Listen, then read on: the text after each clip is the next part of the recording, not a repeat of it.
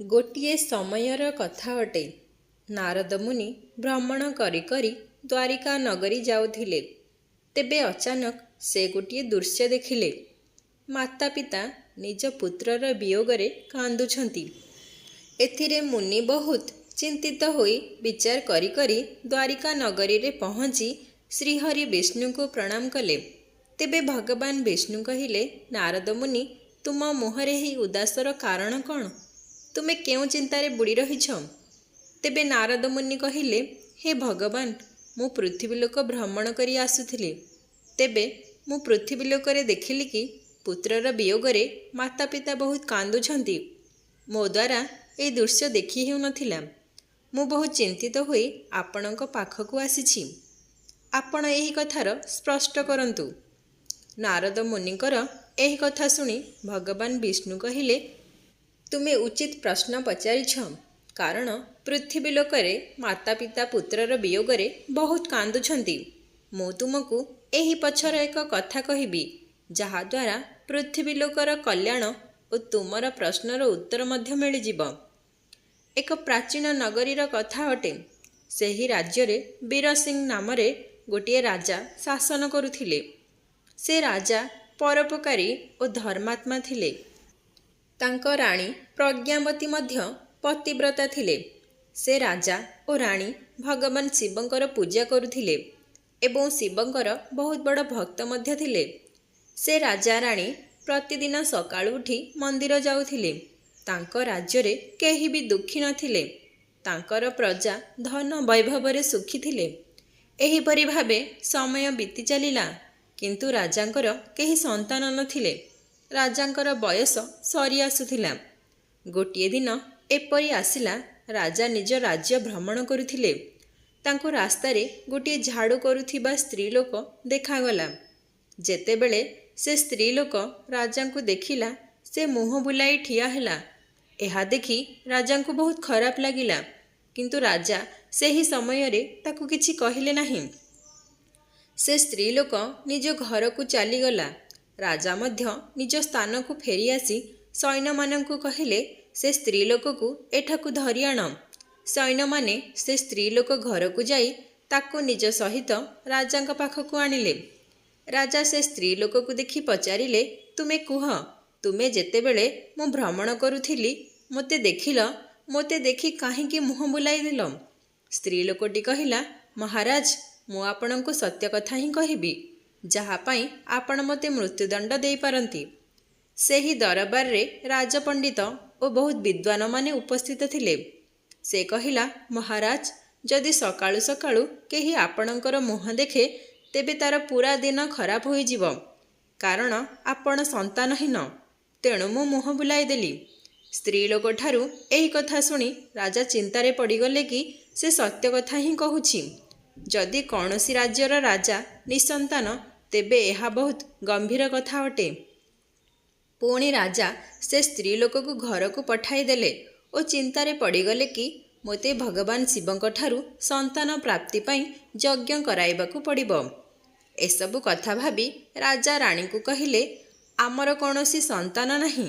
ଏହି କଥାରେ ଆମ ରାଜ୍ୟର ଲୋକ ଦୁଃଖିତ ଅଟନ୍ତି। ଏହି କଥାରେ ସେମାନେ ଆମର ମୁଖ ଦେଖିବା ପାଇଁ ମଧ୍ୟ ଚାହାନ୍ତି ନାହିଁ। କାରଣ ସେମାନେ ଭାବନ୍ତି ଆମ ମୁହଁ ଦେଖିଲେ ସେମାନଙ୍କର ପୁରା ଦିନ ଖରାପ ହୋଇଯାଉଛି। ତେଣୁ ହେ ରାଣୀ, ଆମେ ଭଗବାନ ଶିବଙ୍କ ମନ୍ଦିର ଯାଇ ଏକ ଯଜ୍ଞ କରାଇବାକୁ ପଡ଼ିବ, ଯଦ୍ୱାରା ଆମକୁ ପୁତ୍ର ସନ୍ତାନ ପ୍ରାପ୍ତ ହେବ ଏବଂ ଆମେ ମଧ୍ୟ ଆଉ ସନ୍ତାନହୀନ ହୋଇ ରହିବା ନାହିଁ। ଆଗ ଦିନ ରାଜା ଓ ରାଣୀ ଭଗବାନ ଶିବଙ୍କ ମନ୍ଦିର ଯାଇ ଏକ ଯଜ୍ଞ ଆୟୋଜନ କଲେ। ଯଜ୍ଞ ପୂରା ହେବା ପରେ ମଧ୍ୟ ରାଜାଙ୍କୁ ପୁତ୍ର ପ୍ରାପ୍ତି ହେଲା ନାହିଁ। ଯଜ୍ଞ ନିଷ୍ଫଳ ହୋଇଗଲା। ଯଜ୍ଞ କରାଉଥିବା ପଣ୍ଡିତ ଚିନ୍ତାରେ ପଡ଼ିଗଲେ କି ଆଜି ପର୍ଯ୍ୟନ୍ତ ମୁଁ ପୁତ୍ର ପ୍ରାପ୍ତି ପାଇଁ ଯେତେ ଯଜ୍ଞ କରାଇଛି ତାହା ନିଷ୍ଫଳ ହୋଇନାହିଁ। ବୋଧହୁଏ ରାଜାଙ୍କ ଭାଗ୍ୟରେ ପୁତ୍ର ସନ୍ତାନ ନାହିଁ। ତେଣୁ ଯଜ୍ଞ ନିଷ୍ଫଳ ହୋଇଗଲା। କିନ୍ତୁ ରାଜା ବହୁତ ଧୈର୍ଯ୍ୟବାନ। ଯଜ୍ଞ ନିଷ୍ଫଳ ହେବା ପରେ ମଧ୍ୟ ରାଜା ବିଚଳିତ ହୋଇନଥିଲେ। ରାଜା ନିଜ ରାଜ୍ୟକୁ ଯାଇ ସୈନ୍ୟମାନଙ୍କୁ କହିଲେ, କିଛି ଦିନ ପାଇଁ ରାଜ୍ୟଭାର ସମ୍ଭାଳ। ଏହା କହି ରାଜା ଶିବ ମନ୍ଦିର ଆଡ଼କୁ ଚାଲିଗଲେ। ସେଠାକୁ ଯାଇ ରାଜା ତପସ୍ୟା କରନ୍ତି। ତପସ୍ୟା କରୁ କରୁ ପ୍ରାୟ 1 ବର୍ଷ ବିତିଗଲା। ପୁଣି ମହାଦେବ ରାଜାଙ୍କ ସାମ୍ନାରେ ଆସି ପ୍ରକଟ ହୋଇ କହିଲେ, ହେ ରାଜନ୍, ମୁଁ ତୁମର ତପସ୍ୟାରେ ଅତି ପ୍ରସନ୍ନ। ତୁମେ କ'ଣ ବରଦାନ ଚାହୁଁଛ କୁହ। ରାଜା କହିଲେ, ପ୍ରଭୁ, ଆପଣ ଅନ୍ତର୍ଯ୍ୟାମୀ। ଯେପରି ସ୍ତ୍ରୀ ବିନା ପୁରୁଷ ଅଧୁରା, ଠିକ୍ ସେହିପରି କୂଳ ମଧ୍ୟ ପୁତ୍ର ବିନା ଅଧୁରା ଅଟେ।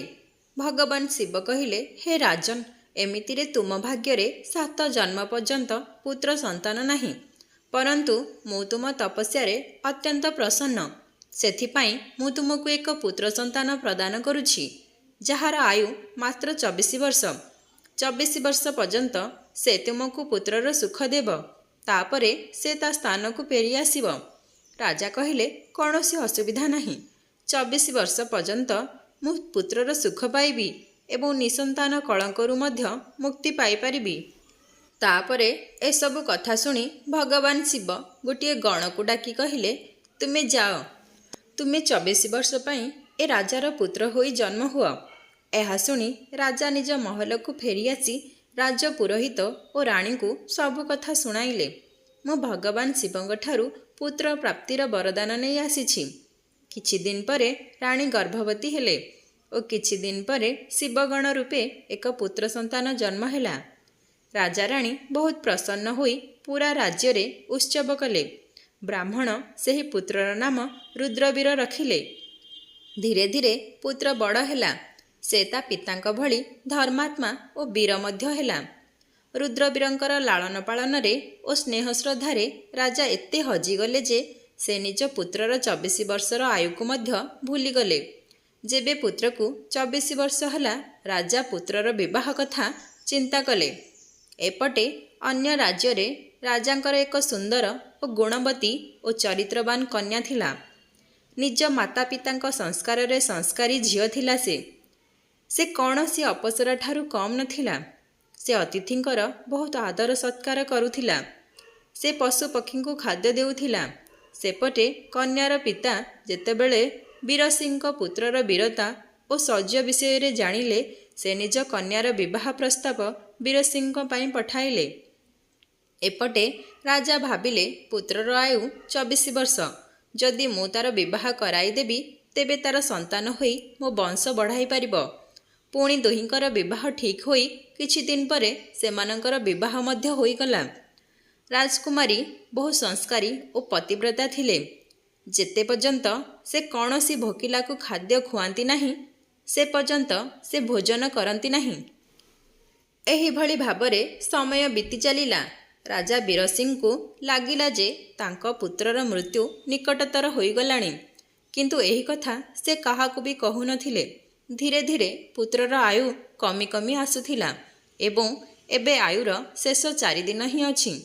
ରାଜା ଏହି କଥା ଭାବି ଖାଦ୍ୟପେୟ ଛାଡ଼ି ବେମାର ହୋଇଗଲେ ଏବଂ ଯେଉଁଦିନ ପୁତ୍ରର ମୃତ୍ୟୁ ହେବ, ରାଜା ଭଗବାନ ଶିବଙ୍କ ଧ୍ୟାନରେ ବସିଗଲେ ଏବଂ କହିଲେ, ହେ ଭଗବାନ, ମୋତେ ଶକ୍ତି ଦିଅନ୍ତୁ, ମୁଁ ଯେପରି ପୁତ୍ରର ମୃତ୍ୟୁକୁ ସହ୍ୟ କରିପାରିବି। ଏପଟେ ରାଜକୁମାରୀ, ଯିଏ ନବବିବାହିତା, ସେ ନିଜର ନୀତିଦିନିଆ କର୍ମଧର୍ମ ସାରି ପକ୍ଷୀ ଓ ଗରିବଙ୍କୁ ଖାଦ୍ୟ ଖୁଆଉଥାନ୍ତି। ସେପଟେ ଯମରାଜ ନିଜର ଦୂତକୁ ପଠାନ୍ତି କି ତୁମେ 1 ଘଣ୍ଟା ପରେ ରାଜକୁମାର ରୁଦ୍ରବୀରଙ୍କର ପ୍ରାଣ ନେଇ ଆଣ, କିନ୍ତୁ ତୁମେ ଏକ ସର୍ପ ଦ୍ୱାରା ରାଜକୁମାରଙ୍କ ପ୍ରାଣ ହାରିବ। ଏହିସବୁ କଥା ଶୁଣି ଦୂତ ରୁଦ୍ରବୀରଙ୍କର ପ୍ରାଣ ନେବା ପାଇଁ ଚାଲିଗଲା। ଯମରାଜଙ୍କର ନିର୍ଦ୍ଦେଶ କ୍ରମେ ଦୂତ ସର୍ପ ହୋଇ ରାଜକୁମାରଙ୍କ କୋଠରୀରେ ସର୍ପ ହୋଇ ଜଗି ବସିଥାଏ। ସେପଟେ ଅନ୍ୟ ଦେଶର ଗୋଟିଏ ଗରିବ ପିତା, ଯିଏ ନିଜ କନ୍ୟାର ବିବାହ କରାଇଥିଲେ, ଯାହାର ସ୍ୱାମୀ ମଦ ପିଉଥିଲେ, ବେଶ୍ୟାଳୟ ଯାଉଥିଲେ, ଜୁଆ ଖେଳୁଥିଲେ, ସେଥିପାଇଁ ସେ ସେହି ଗରିବ ପିତାର କନ୍ୟାକୁ ଦୁଃଖିତ ରଖୁଥିଲା। ପରେ ଝିଅଟି ଗର୍ଭବତୀ ହୁଏ। ସେହି କାରଣରୁ ମଧ୍ୟ ସେ ଝିଅଟି ବହୁତ ହଇରାଣ ହୁଏ। ତେଣୁ ସେ ନିଜ ପିତା ଘରେ ରହିବା ପାଇଁ ଲାଗିଲା। ସେପଟେ ତା ବାପା ଅତ୍ୟନ୍ତ ଗରିବ ଓ ବୃଦ୍ଧ ହୋଇଯାଉଥିଲେ।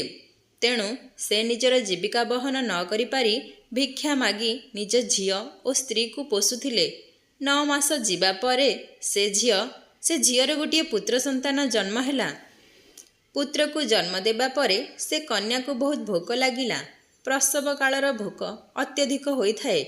ତେଣୁ ସେ ନିଜର ଗରିବ ପିତାକୁ ଭୋଜନ ମାଗେ କିନ୍ତୁ ଭୋଜନ ସଂଗ୍ରହ ନ କରିପାରୁ ଝିଅଟି କହିଲା, ବାପା ତୁମେ ମୋତେ ଭୋଜନ ଦିଅ, ନଚେତ୍ ମୁଁ ମୋ ପୁଅକୁ ଖାଇଯିବି। ତାପରେ ପିତା କହିଲେ, ଝିଅ ମୁଁ ଅନ୍ୟ ରାଜ୍ୟକୁ ଭିକ୍ଷା ମାଗିବା ପାଇଁ ଯାଉଛି, କିନ୍ତୁ ତୁ ତୋ ପୁତ୍ରକୁ ଖା ନାହିଁ। ତେବେ ବୁଢ଼ା ଲୋକଟି ରାଜକୁମାର ବୀରସିଂହଙ୍କ ମହଲରେ ପହଞ୍ଚି ଭିକ୍ଷା ମାଗେ। ପ୍ରତିଦିନ ପରି ରାଜକୁମାରଙ୍କ ସ୍ତ୍ରୀ ଗରିବ ଲୋକଙ୍କୁ ଖାଦ୍ୟ ଦେଉଥିଲେ, କିନ୍ତୁ ସେ ଗୋଟିଏ ଖାଦ୍ୟର ଥାଳି ନିଜ ସ୍ୱାମୀଙ୍କ ପାଇଁ ତିଆରି କରିଥିଲେ, ଯେଉଁଥିରେ ସମସ୍ତ ପ୍ରକାରର ଖାଦ୍ୟ ବ୍ୟଞ୍ଜନ ଥିଲା। ସେ ଖାଦ୍ୟ ପ୍ରସ୍ତୁତ କରି ନିଜ ସ୍ୱାମୀଙ୍କ ଅପେକ୍ଷାରେ ଥିଲେ। ଯେତେବେଳେ ବୁଢ଼ା ଲୋକଟି ମହଲକୁ ଯାଇ ରାଜକୁମାରଙ୍କ ସ୍ତ୍ରୀଙ୍କୁ ଖାଦ୍ୟ ମାଗିଲା, ରାଜକୁମାରୀଙ୍କୁ ଦୟା ଆସିଲା। ତାପରେ ରାଜକୁମାରୀ ବୁଢ଼ାଟିକୁ ନିଜ ସ୍ୱାମୀଙ୍କ ପାଇଁ ସଜାଇଥିବା ଥାଳିଟିକୁ ଦେଇଦେଲେ। ତାପରେ ବୁଢ଼ା ଲୋକଟି ନିଜ ଗାଁକୁ ଯାଇ ବ୍ୟଞ୍ଜନରେ ଭର୍ତ୍ତି ଥାଳିକୁ ନିଜ ଝିଅକୁ ଖାଇବାକୁ ଦେଲା। ଝିଅଟି ପଚାରିଲା, ବାପା ଭୋଜନ କେଉଁଠୁ ଆଣିଲ? ବୁଢ଼ାଟି କହିଲା, ଝିଅ ଅନ୍ୟ ରାଜ୍ୟକୁ ଯାଇଥିଲି, ସେଠାକାର ରାଜକୁମାରୀ ମୋତେ ଏହି ଖାଦ୍ୟ ଦେଇଛନ୍ତି। ଝିଅଟି ଯେତେବେଳେ ବ୍ୟଞ୍ଜନର ପ୍ରଥମ ଗୁଣ୍ଡା ମୁହଁକୁ ନେଇଛି, ତା ହୃଦୟରୁ କାମନା ଓ ଆଶୀର୍ବାଦ ଦିଏ, ଯିଏ ଏହି ଖାଦ୍ୟ ଦେଇଛି ତାର ସୁହାଗ ଅମର ରହୁ, ସେ ସଦା ସୌଭାଗ୍ୟବତୀ ରହୁ। ସେପଟେ ସାପରୂପୀ ଯମଦୂତ ରାଜକୁମାରଙ୍କୁ ଦଂଶିବା ପାଇଁ ସେହି କୋଠରୀରେ ଅପେକ୍ଷା କରି ଜଗିଥାଏ। ଝିଅଟିର ଆଶୀର୍ବାଦ ଭଗବାନ ଶିବଙ୍କ ପର୍ଯ୍ୟନ୍ତ ପହଞ୍ଚିଗଲା। ଭଗବାନ ଶିବଙ୍କର ସିଂହାସନ ହଲିବାକୁ ଲାଗିଲା। ଭଗବାନ ଶିବ ଭାବନ୍ତି, କ'ଣ ଘଟଣା ଘଟୁଛି? ମୋ ସିଂହାସନ ଏପରି ହଲିଯାଉଛି। ସେ ନିଜ ଗଣମାନଙ୍କୁ ଡାକି କହିଲେ, ଜଲ୍ଦି ଯାଅ, 3 ଲୋକରେ ଦେଖି ଆସ କ'ଣ ଘଟଣା ଘଟିଛି। ଗଣମାନେ ପୃଥିବୀଲୋକ ଯାଇ ବୀରସିଂହଙ୍କ ମହଲରେ ଦେଖିଲେ, ଗୋଟିଏ ପଟେ ଯମରୂପୀ ସାପ ରାଜକୁମାରଙ୍କୁ ଦଂଶିବା ପାଇଁ ତାଙ୍କ କବାଟ ପାଖରେ ଅପେକ୍ଷା କରିଛି, ଅନ୍ୟପଟେ ପ୍ରସବ କନ୍ୟାର ଆଶୀର୍ବାଦ। ଗଣମାନେ ଆସି ଭଗବାନ ଶିବଙ୍କୁ କହିଲେ, ହେ ପ୍ରଭୁ, ଏହା କି ପ୍ରକାରର ସଂଯୋଗ? ଗୋଟିଏ ପଟେ ବୀରସିଂହଙ୍କ ମୃତ୍ୟୁ ଅପେକ୍ଷା କରି ଠିଆ ହୋଇଛି, ଅନ୍ୟପଟେ ପ୍ରସବ କନ୍ୟାର ମୁହଁରୁ ରାଜକୁମାରଙ୍କ ଆୟୁ ବଢ଼ାଇବା ପାଇଁ ଆଶୀର୍ବାଦ ଠିଆ ହୋଇଛି। ତାପରେ ଭଗବାନ ଶିବ କହିଲେ, ଆରେ ଗଣ, ଏବେ ତାହା ହେବ ଯାହା ବିଧିର ବିଧାନରେ ଲେଖା ଅଛି। ତାପରେ ଭଗବାନ ଶିବ ନିଜ ଧ୍ୟାନରେ ବସିଗଲେ। ସେପଟେ ରାଜକୁମାର ସିଡ଼ିରେ ଚଢ଼ି ନିଜ କୋଠରୀର କବାଟ ପାଖରେ ପହଞ୍ଚିଗଲେ। ତେବେ ଦାନର ଶକ୍ତି ଓ ଆଶୀର୍ବାଦର ଶକ୍ତି ଆସି ମଝିରେ ଠିଆ ହୋଇଗଲେ ଓ ସର୍ପର ଶକ୍ତିକୁ ନିଷ୍ଫଳ କରିଦେଲେ ଓ ସର୍ପ କମଜୋର ହୋଇଗଲା। ସର୍ପ ଭାବିଲା, ମୁଁ ରାଜକୁମାରଙ୍କୁ ଦଂଶନ କରିବା ପାଇଁ ଆସିଛି, କିନ୍ତୁ ଚାଲିପାରୁନାହିଁ କାହିଁକି? ତାପରେ ଅନ୍ୟ ଯମଦୂତମାନେ ଆସି କୁହନ୍ତି, ତୁମେ ଦାନ ଓ ଆଶୀର୍ବାଦ ଶକ୍ତିକୁ କୁହନ୍ତି, ତୁମେ ଏଠାରୁ ହଟିଯାଅ। ଏପରି ଭାବରେ ଦୁହିଁଙ୍କ ମଧ୍ୟରେ ଯୁଦ୍ଧ ଆରମ୍ଭ ହୁଏ। ଦାନ ଓ ଆଶୀର୍ବାଦର ଶକ୍ତି ଯମଦୂତକୁ ହରାଇ ଦିଅନ୍ତି। ତାପରେ ଯମଦୂତ ଯମପୁରୀକୁ ଯାଇ ସମସ୍ତ ଘଟଣା ଯମରାଜାଙ୍କ ଆଗରେ ବର୍ଣ୍ଣନା କରନ୍ତି। ତେବେ ଦୂତ କୁହେ ଯେ, ହେ ପ୍ରଭୁ, ତାର ପ୍ରାଣ ନେବାରେ 2ଟି ଶକ୍ତି ବାଧକ ହୋଇ ଠିଆ ହୋଇଛି, ଗୋଟିଏ ଦାନର ଶକ୍ତି ଓ ଅନ୍ୟଟି ଆଶୀର୍ବାଦର ଶକ୍ତି। ସେଥିପାଇଁ ଆମେ ତାର ପ୍ରାଣ ନେଇପାରିବା ନାହିଁ। ଏହିସବୁ କଥା ଶୁଣି ଯମରାଜ କୁହନ୍ତି, ତୁମେ 2 ଜଣ ବୁଢ଼ା ହୋଇଗଲଣି, ତେବେ ମୁଁ ପୃଥିବୀଲୋକ ଯାଇ ଦେଖିବି ଯେ କ'ଣ ହୋଇଛି। ସମସ୍ତଙ୍କର କଥା ଶୁଣି ଭଗବାନ ଶିବ ଭାବନ୍ତି, ଯମରାଜ ସେହି 2ଟି ଶକ୍ତିଠାରୁ ଜିତିପାରିବେ ନାହିଁ, ତେଣୁ ମୋତେ ହିଁ ପୃଥିବୀଲୋକ ଯିବାକୁ ପଡ଼ିବ, ନଚେତ୍ ଯଦି ଯମରାଜ ହାରିଯିବେ, ତେବେ ସୃଷ୍ଟି ନିୟମର ଉଲ୍ଲଙ୍ଘନ ହେବ। ଯେମିତି ଯମରାଜ ପୃଥିବୀଲୋକ ଗଲେ, ତାପରେ ଭଗବାନ ଶିବ ମଧ୍ୟ ସେଠାରେ ପ୍ରକଟ ହେଲେ। ଭଗବାନଙ୍କୁ ଦେଖି ଯମରାଜ ପ୍ରଣାମ କରି କହିଲେ, ହେ ଭୋଳାନାଥ, ଅଭିଶାପ ମନୁଷ୍ୟକୁ କାହିଁକି ଲାଗିନଥାଏ? ଭଗବାନ ଶିବଙ୍କୁ, ଶ୍ରୀହରିଙ୍କୁ ଓ ଭଗବାନ ବ୍ରହ୍ମାଙ୍କୁ ଅଭିଶାପ କାହିଁକି ଲାଗିଥିଲା? ତେଣୁ ସେମାନେ ପୃଥିବୀଲୋକକୁ ଆସିଥିଲେ। ଭଗବାନ ଶିବ କହିଲେ, ହେ ଯମରାଜ, ତୁମକୁ ମଧ୍ୟ ପୃଥିବୀଲୋକ ଆସିବାକୁ ପଡ଼ୁଛି। ଏହା ତୁମର ଅଭିଶାପ ଥିଲା। ଯେତେବେଳେ ତୁମେ ଅଭିଶାପର ମାନ ରଖିପାରୁଛ, ତେବେ ଆଶୀର୍ବାଦର ମାନ କାହିଁକି ରଖିପାରିବ ନାହିଁ? ତାପରେ ଯମରାଜ କହିଲେ, ହେ ଭଗବାନ, ଏବେ ଆପଣ ହିଁ କୁହନ୍ତୁ, ମୋତେ କ'ଣ କରିବାକୁ ପଡ଼ିବ? ଭଗବାନ ଶିବ କୁହନ୍ତି, ତୁମେ ସେହି ରାଜକୁମାରଙ୍କ ଆୟୁକୁ 100 ବର୍ଷ ବଢ଼ାଇ ଦିଅ, କାରଣ ତାଙ୍କୁ ଦୀର୍ଘାୟୁ ହେବାର ଆଶୀର୍ବାଦ ମିଳିଛି। ତାର ମାନ ତୁମକୁ ରଖିବାକୁ ପଡ଼ିବ। 100 ବର୍ଷ ପରେ ତୁମେ ତାର ପ୍ରାଣ ନେଇପାରିବ। ଭଗବାନଙ୍କ କଥା ଶୁଣି ଯମରାଜ ରାଜକୁମାରଙ୍କ ଆୟୁକୁ 100 ବର୍ଷ ବଢ଼ାଇ ଦେଲେ। ପ୍ରକୃତିର ନିୟମରେ ବଡ଼ ପରିବର୍ତ୍ତନ କରିଦେଲେ। ତାପରେ ଯମରାଜ ନିଜ ଯମପୁରୀକୁ ଫେରି ଆସିଥିଲେ। ତେବେ ସାଙ୍ଗମାନେ जदि आमे कौनसी गरीब लोकंकु खाद्य खुआइबा, ताकु सहायता करिबा, कौनसी व्यक्ति को हैरान न करिबा, तेबे तांकर आशीर्वाद रे काहा उपरकु आसुथिबा मूर्ति को मध्य टळा जाई परिबो। दर्शक बंधु, वीडियोटी को एहिठारे शेष करुछि। जदि आपण मानकु एही वीडियोटी बहुत भल लागिछि तेबे दयाकरी मो चैनल मानी भॉइस को सब्सक्राइब करी वीडियो को गोटिए लाइक करने को भूलंतु नहीं।